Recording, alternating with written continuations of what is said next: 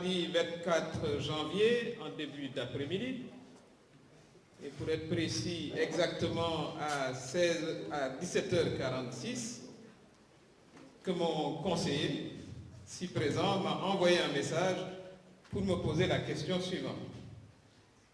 Est-ce vrai que vous êtes déchu de votre poste de député? Je venais juste de manger d'ailleurs. Ma réponse a été en wolof Yogumogo pour l'instant, ce qui veut dire je ne suis pas au courant pour l'instant. Pour votre juste information, je n'ai jamais écrit de lettre de démission ni annoncé de démission de l'APR ou de Benno Bokk Yakaar. Je n'ai même pas été entendu, ne serait-ce que par pur formalisme, par une instance ni de l'APR, ni de Benno Bokk Yakaar, dont je fus la tête de liste, il faut se rappeler, aux élections législatives du 31 juillet 2022, il y a moins de 6 mois.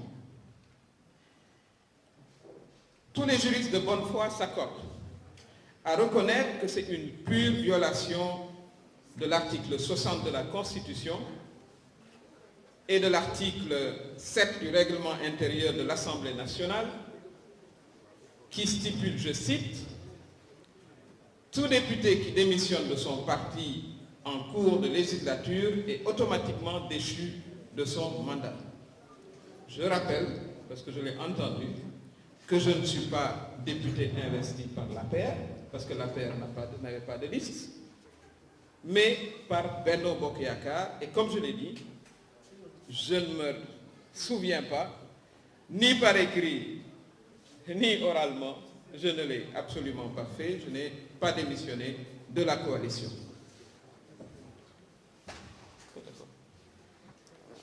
Par contre,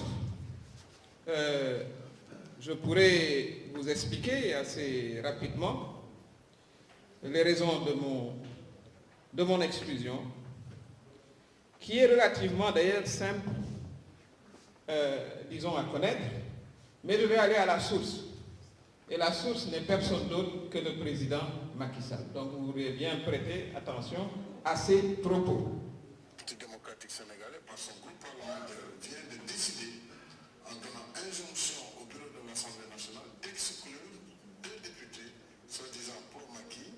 Et ça, c'est une première en Afrique et dans le monde.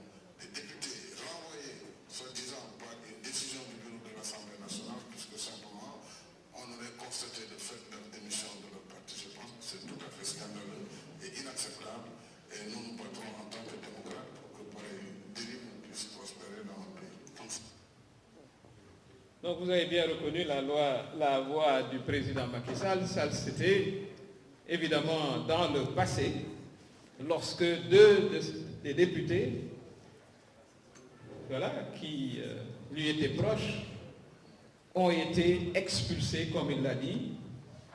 Eh bien, monsieur le président Macky Sall, comme vous l'avez dit, c'était une première dans l'histoire politique africaine et du monde.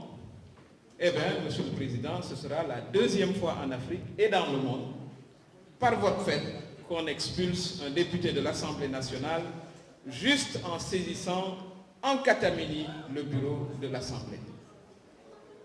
C'est d'ailleurs l'occasion pour moi de remercier les députés membres du bureau de l'Assemblée nationale qui ont voté contre cette violation flagrante de la loi.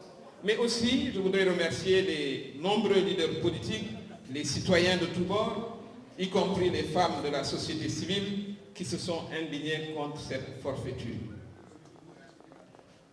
Mesdames, Messieurs, en un mot, comme je l'ai dit, c'est une forfaiture commandée par le président Macky Sall qui, paradoxalement, ne supporte pas la présence de son ancienne tête de liste que je suis à l'Assemblée nationale. Tête de liste qui a parcouru, je rappelle, 5175 km sous le soleil et la pluie. Par contre, le président Macky Sall supporte de recevoir la politicienne la plus raciste de France au palais de notre République, Madame Marine Le Pen, à qui il a dédicacé un livre, Marine Le Pen qui insulte